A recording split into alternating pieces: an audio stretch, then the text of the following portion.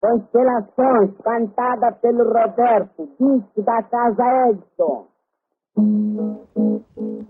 Constelações que fulgurais, iluminais as minhas lágrimas finais, carbonizai meu coração, para domar-me, sufocar-me, terminar nesta paixão, bentos olhais, ó sol cristais, da rosa d'alma que as pétalas de gelo, que a minha vida é um pesadelo é uma visão, que pouco a pouco vai roubando minha razão. Só é feliz quem não... Então, quem é Hermes Fontes? E o que ele representa para você? Bom, Hermes Fontes é um ilustre cidadão sergipano que nasceu aqui em Boquim, onde nós estamos no momento, né? Em 1888, exatamente no ano em que aconteceu a abolição da escravatura. Então ele já começa bem referenciado, né? Porque a abolição da escravatura é um marco da história do Brasil, né? Hermes Fontes, eu não sei exatamente aqui em Boquim, né? Porque os livros, né, de história, eles mostram a casa onde ele teria nascido, né? Sim. Mas eu ainda não localizei no Boquim de hoje, né? Sim. 131 anos depois, onde foi que realmente Hermes Fontes morou, né? E o que se diz, né, é que Hermes Fontes nasceu numa família de poucas posses. Acho que essa é uma forma de falar. Tem várias outras palavras que se pode usar, mas havia dificuldades, eu acho que de sobrevivência, entendeu? Para a família de Hermes Fontes.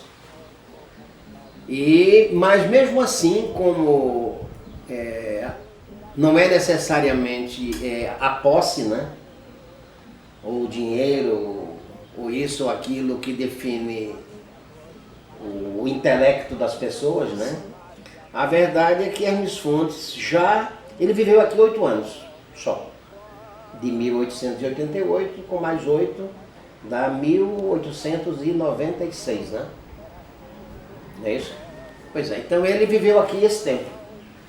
E aqui em Boquim já se percebeu que ele era uma espécie de menino prodígio.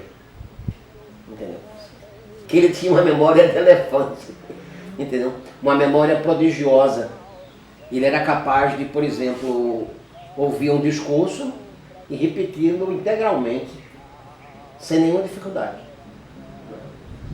Eu não sei se a gente chama isso de gênio, né? Há quem chame isso de menino prodígio, né? Mas a verdade é que ele chamou a atenção da comunidade de Boquim da época, né? Que era o final do século XIX.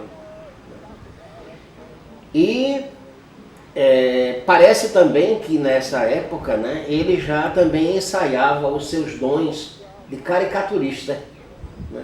Quando a pessoa passava perto dele, digamos assim, numa calçada, né, ele pedia a pessoa para parar, né, e ele era capaz de fazer os traços da face dessa pessoa. Eu imagino que da face principalmente, né? Quer dizer, além da memória prodigiosa, ele já demonstrava que ele tinha um outro traço artístico, né, que ele acabou desenvolvendo no Rio de Janeiro, que é o traço do caricaturista. Bom, por dificuldades várias, né, naturalmente em Boquim na época não existiam boas escolas, né, ele foi se juntar com o irmão em Aracaju, na tentativa de estudar, né, e fazer a formação que hoje a gente chama de ensino fundamental, né? Antigamente chamavam de primário, né? Mas a verdade é o seguinte, é que o irmão de Hermes Fontes, ele também vivia em extrema dificuldade financeira.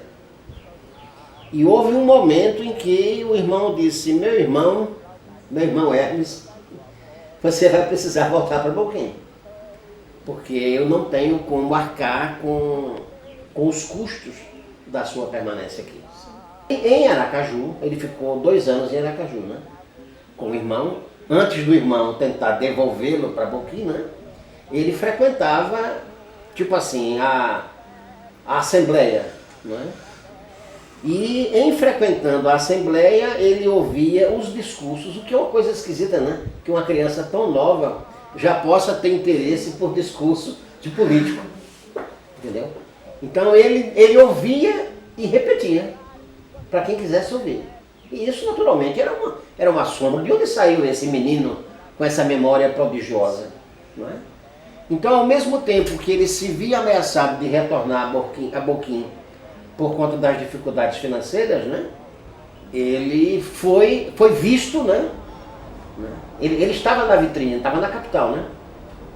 E aí, pelo menos 2 pessoas do Rio de Janeiro se interessaram em levá-lo para o Rio, para que ele pudesse se desenvolver. Entendeu? Agora, o grande problema que me aflige, né, é se houve o consentimento dele. Sim. Ou se houve o consentimento dos pais.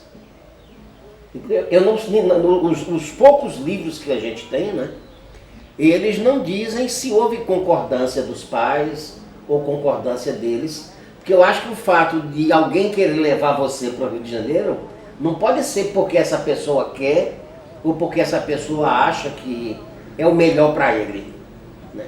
Eu falo de brincadeira que ele foi sequestrado. Eu não sei, eu acho que eu estou exagerando no palavreado, entendeu? Mas como a poesia de Hermes Fontes é considerada assim melancólica, né? E a gente não tem clareza sequer do que é melancolia e muito menos a melancolia de Hermes Fontes, né? E há no final da vida dele uma tragédia, né? Então, se a gente quiser fazer uma provocação para os boquienses, né? Quem é que se arrisca, né, a discutir esse assunto? Hermes Fontes foi autorizado a ir para o Rio de Janeiro ou sequestraram ele? Está entendendo? Claro que eram pessoas ricas, as 2 que queriam levá-lo. As 2 até viajaram no mesmo navio, mas o senhor chamado Marquinho Garcês, que na época era uma espécie de governador de Sergipe, foi quem ganhou a guarda dele. E aí Hermes Fontes vai para o Rio de Janeiro. Então essa é a primeira fase da vida dele, né? E aí tem uma situação complicada, né? Que parece que houve um hiato de 5 anos sem que a família de Hermes Fontes soubesse nada dele. Por quê? A gente não sabe. A família, naturalmente, angustiada, né? Com toda a simplicidade natural de uma família, eu não sei se na época chamava sítio, né? Ou se já era um pouquinho mesmo aqui, a zona urbana, né? Eu sei que aparentemente houve uma carta, né? Em que os pais disseram para ele, é uma coisa até meio esquisita, mas eu acho que eu li isso nesse livro aqui, né? Que é o livro do Povina Cavalcante, né? Que é certamente o melhor documento, né? O melhor documento que nós temos sobre Hermes Fontes, né? De que a família, como não soubesse nada sobre ele, fez um apelo à família do pai adotivo, tipo assim, diga ao Hermes, tipo assim, que não esqueça da gente não, que ele mande notícia. E a partir daí se restabelece o contato entre, no caso já era um adolescente, né? Ele chegou no Rio com 10 anos, nessa época ele já tinha 15 anos, então já estava crescidinho, né? E já colaborava, quer dizer, esse lado genial, esse lado prodigioso dele, né?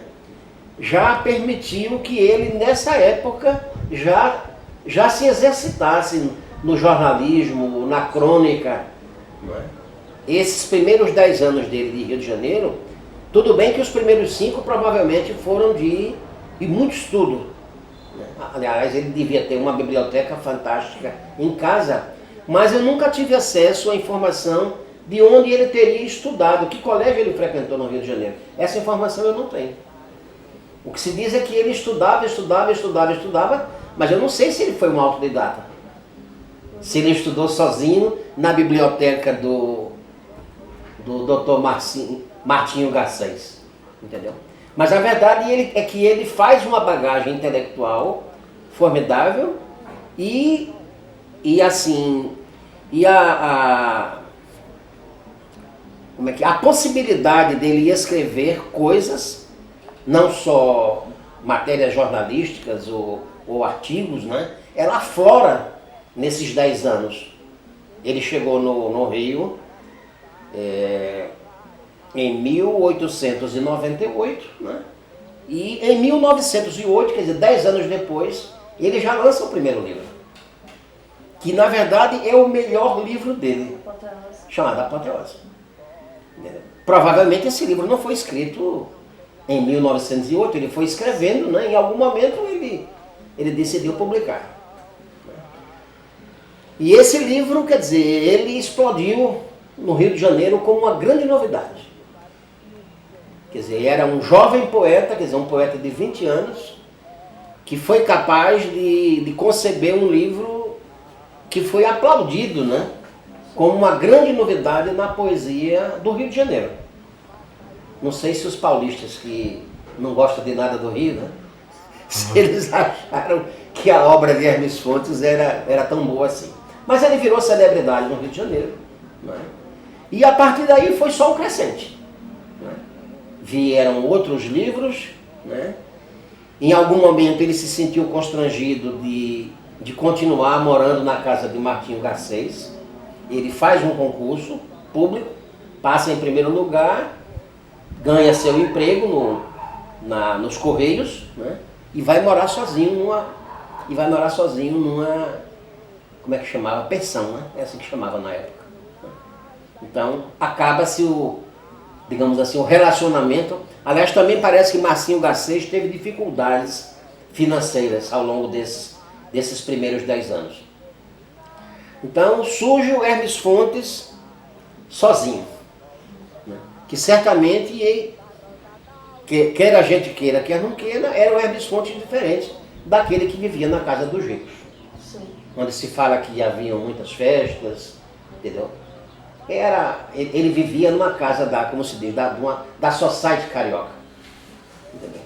Então esse novo tempo de Hermes Fontes, quer dizer, funcionário dos Correios e morando sozinho, é uma outra página da vida dele. E aí eu acho que ele pôde talvez se encontrar melhor com ele mesmo. E aí eu acho que começa a aflorar talvez o verdadeiro Hermes Fontes. Morando sozinho, né? Fazendo poesias, escrevendo para os jornais, fazendo caricaturas, entendeu? Mas naturalmente que ele não convivia bem com a solidão. Ele não convivia bem com a solidão e eu acredito que eu não tenho, mesmo sendo médico, eu não tenho condições de compreender a personalidade de Hermes Fontes, né?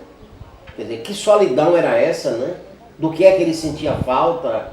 Era de Boquinha, era de Sergipe, era dos pais, era de uma namorada, era de uma esposa, era de um casamento, era de um filho, né? Mas a verdade é que ele era um solitário. E eu posso dizer isso porque eu também já morei sozinho no Rio de Janeiro. Então eu entendo perfeitamente o que Hermes Fontes viveu, porque eu também já morei sozinho no Rio de Janeiro e não é muito agradável. Mesmo tendo dinheiro no bolso, às vezes você não tem o que fazer. Não se sente atraído para ir para ali ou para aqui, né? E a verdade é que, no caso aí, a gente já está entre 1908 e 1918, né? Então essa fase a gente imagina que foi uma espécie de fase áurea da vida dele. Entendeu? Onde a poesia aflorou, os livros vieram, uns melhores, outros piores, não é? Aí a inveja dos concorrentes veio, ele na verdade criou muitos desafetos por conta da finesse da poesia que ele fazia e também parece que ele usava um português de primeira linha. Eu não sei onde ele aprendeu esse português tão bom, não é? Mas havia até quem achasse que ele exagerava no puritanismo do português. Entendeu?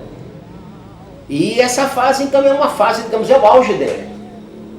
Até, no caso, 1908, 1918. De 1918 até 28, eu acho que foi uma fase muito mais difícil do que a fase anterior. Teve um casamento aí no meio, não vou precisar exatamente. Ele estava muito entusiasmado com a mulher com quem ele casou. Ele esperou, houve uma gestação da mulher dele, mas só que infelizmente ela abortou. E isso certamente é um dos elementos que configuram, digamos assim, o trauma de Hermes Fontes. E no segundo momento, o casamento também acaba, eu não sei exatamente por qual motivo, né? Então ele perde o filho e ele depois perde a mulher e volta a ficar só. Então, como ser humano, a gente entende que não é fácil administrar uma situação dessa. Mas e aí, claro, né, como ele estava no auge, né, ele foi convidado para o Paraná, ele foi convidado para a Bahia, foi convidado para Pernambuco, mas aqui em Sergipe, na verdade, ele raramente veio. Parece que ele só veio na reta final. Veio se despedir de Boquim e de Sergipe. Mas houve também um fracasso aqui em Sergipe, que prometeram a ele que ele ia ser deputado federal. E ele acreditou, né, se esquecendo que política e traição andam juntos. Quando ele retornou aqui para saber se a candidatura dele era para valer, disseram, já tem nome. Sem mais delongas, né? A coisa que eu reputo como mais importante é a chegada de um movimento de São Paulo, chamado de modernismo. Também há um outro nome chamado, o começo de tudo isso, né?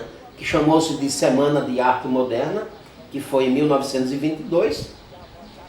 E os modernistas de São Paulo vieram com tudo.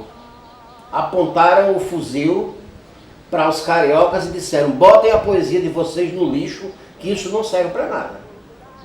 Venham para São Paulo, que aqui é que está se fazendo a poesia de primeira categoria. A poesia que o brasileira, digamos assim, de verdade. Entendeu? E Hermes Fontes, eu acredito que essa talvez seja o grande trauma dele. Ele não teve forças para reagir ao modernismo. Ele não teve forças para adaptar a poesia dele, que era diferente. Eu não sei exatamente, eu não sou poeta, nem estudioso de poesia, mas a poesia dele era diferente da poesia dos modernistas. E tem um livro, né, que em breve a gente vai ter ele com a gente, chamado Pauliceia Desvairada. Esse nome é maravilhoso. Esse livro é uma espécie de carro-chefe desse movimento chamado modernistas. Então esse tsunami, como eu chamo, né, esse tsunami intelectual, colocou Hermes Fontes contra a parede, e o que se diz, a palavra que se fala é que ele se recolheu. Para ser como Aguilão, não tem alma para dor de uma emissão. Minha emissão já se extinguiu, como oteiro, num relâmpago certeiro, me partiu meu